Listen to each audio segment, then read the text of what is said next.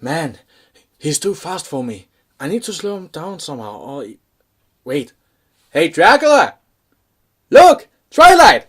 Sparkle, sparkle, my eyes! My freaking eyes! That's it, you insolent little worm! I will! Question! What is it? Do you know what a worm is? What does that have to do with this? I don't think you know since you constantly call me one. You are going to die now.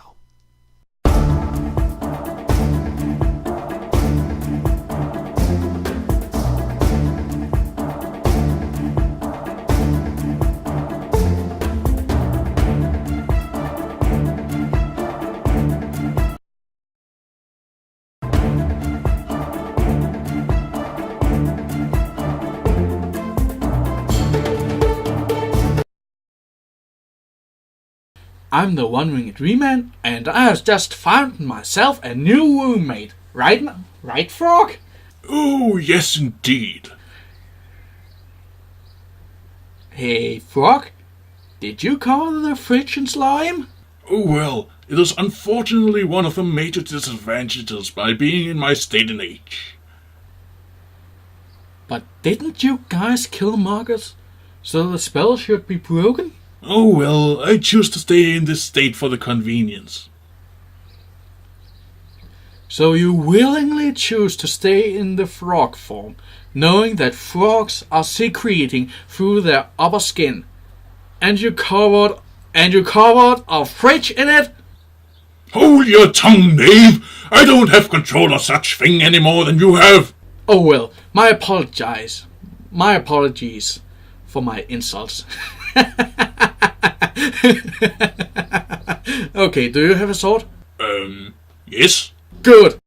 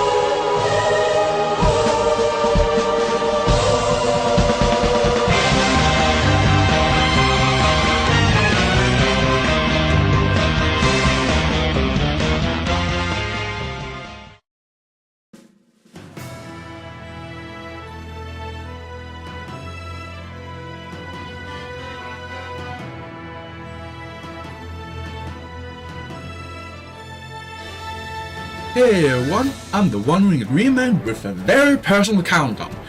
Have you ever experienced a moment in a game where you thought that what if something else happened, or what if this twist came?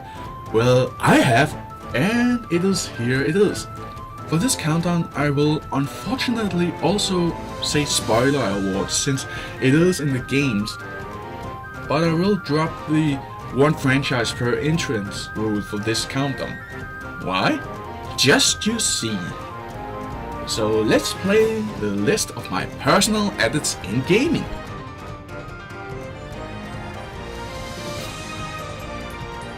In my most hated characters countdown, I really set it clear that I did not like those characters. Get over here, moneybags! Don't warn!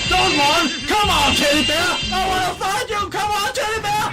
Oh, come. Well, anyway, in it I had a segment about Stella from Dragon Quest IX, and I say that it was her appearance and her speech pattern that got on my nerves. So with her, I would really love to see her more in-game, in the way that I would see her more in outfit and in style with the rest of the game. The rest of the world of Dragon Quest is like really kind of medieval meets fantasy, industrialism, and Renaissance. So why does your companion look like a postmodern Barbie doll? She don't even talk for the time or the atmosphere. Every time she said something, it pulls me right out of the fantasy. So I would love to see her more in game than just an overly dressed supermodel.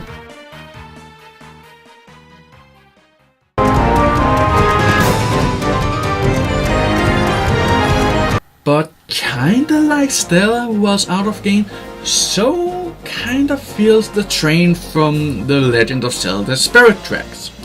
Don't get me wrong, I think the game was great, but like Dragon Quest IX, I expect The Legend of Zelda to be in a kind of medieval fantasy world. And here comes the train. A medieval-like world with trains! What? And it is actually worked into the mythology of the land. Again, what? It is really a nitpick since it still is played great and the game still is great, but the last game had a bird and 3 options to choose your own route. With a train you are forced to the predetermined route and are set out of the medieval-like fantasy world. But it's still a nitpick.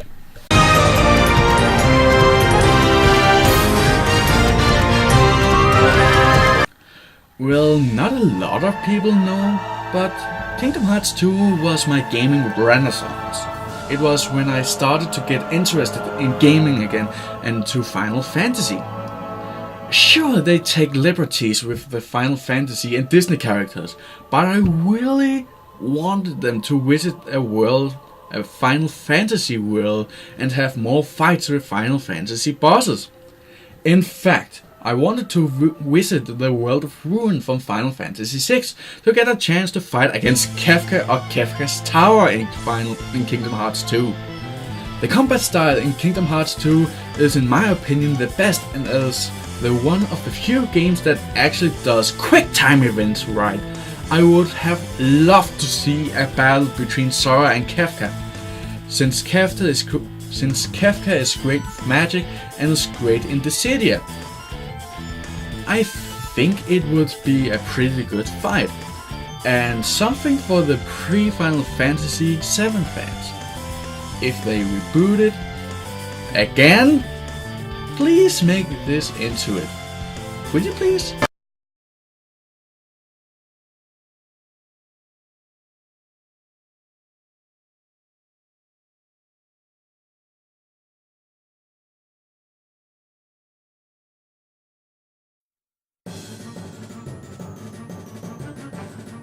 Yeah, I know, I'm talking about Kingdom Hearts again.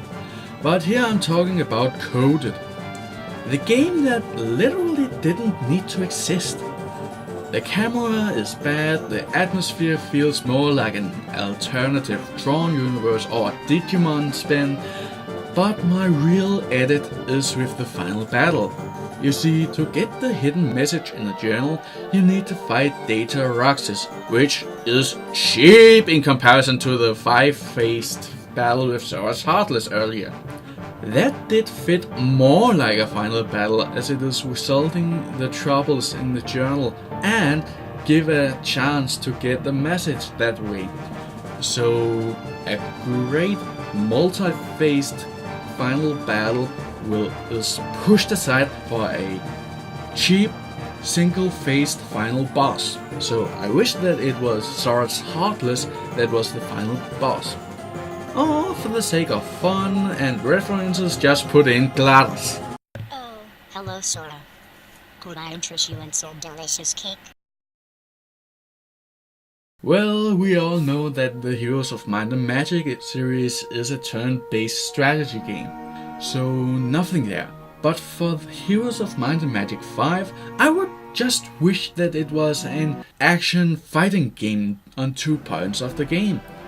First off, in the final battle against the Demon Sovereign, I really felt like more work for the catapult than the units and hero, since you only could defeat him by destroying his barriers.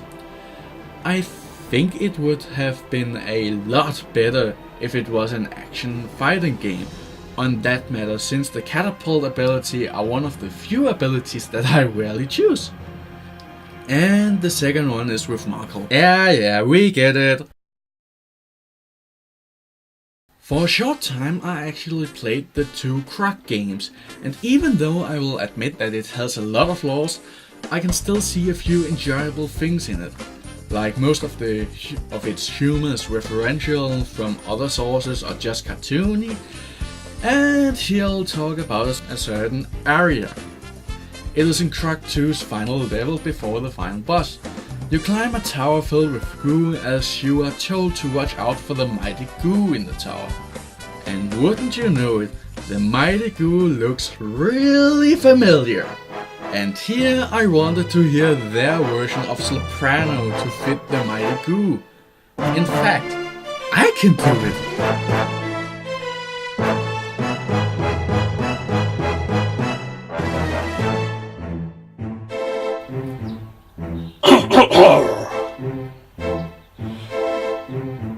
Me. I am the great mighty goo, and I'm going to smite my slime on you. I'll give you cellular if you doesn't die tonight. Now I will give you snoo with mighty goo. As a Spyro fan, I have grown with Spyro since my childhood, and even though the later games aren't as good as the old ones, I can still see some good things in them. But anyway, when I heard that there was another Spyro series coming up, I was excited. When it came out, I played them. A new beginning, good but not perfect, which is too bad. The Eternal Night, my favorite of the trilogy. Dawn of the Dragon? Yeah, that was actually not one of the better ones. Personally, I wouldn't mind having it in one language if it means everything else will get better. Dawn of the Dragons on PS2 is actually one of the few games that I have given up on, because the gameplay was so hard to control that I was nearly trashing my joystick, and the graphics was so bad that I could not play it for more than an hour without getting a headache. Let me take it in perspective. I can play 3DS games in the boss dim lighted for more than 3 hours straight and not even get the smallest headache. But the graphics from Dawn of the Dragon gave me a headache after less than an hour. So I would give up on the expensive voice actors just to get a better game, because the game itself seems to have potential, but the gameplay and graphics are just too bad to make it good. Heck, I would personally voice the entire cast of that game if it means that the game quality is upped. No, I'm serious, I would.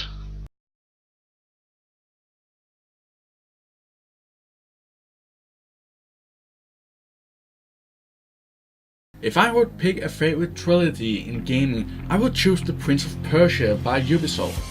It is good in its action, gameplay, graphics, characters, story, and it gives a satisfying conclusion with the two thrones. So why did you make The Forgotten Sands? It is literally the same treatment as the Pirates of the Caribbean movies got. A good start that can stand on its own, a good darker sequel that binds to a new sequel, a great finale that gives character development, and a good ending that ties all of the loose ends. And then the out of nowhere fourth installment that fucks everything off. I can resume the entire game like this. The princess lost its memories of every adventures that he have been on since the first game. You go and recover those memories and stop an unknown bad guy. Lame final boss and disappointing resolution. So why did you need to do that when the series itself was ending so well? I didn't play the original Chrono Trigger, I played the DS remake. It was great, manga-style cutscenes, awesome characters, great extra context, and nice story. You really felt like you were important to the story and the game. Okay, you have already heard this, but still, why did they do that? Why did they ruin everything that you have fought for in the game just to advertise for a sequel that only had this much to do with its predecessor? Look, extra content is great. Upgrades are better. But things like the final ending is just below a downgrade. And you could easily have kept it a secret until its reveal in Chrono Cross. So, if it was to me, I would personally, most of all, remove the final ending from Chrono Trigger from the game, since it destroys so much. I just can't understand why they would do such a brainless, retarded, stupid, incompetent, money-grabbing, piss-poor, money-grabbing, Neanderthal, such a fucking thing to all of its fans! I'm the One Winged Remand, and I'm gonna play some Team Fortress 2 to pop some heads. Bye!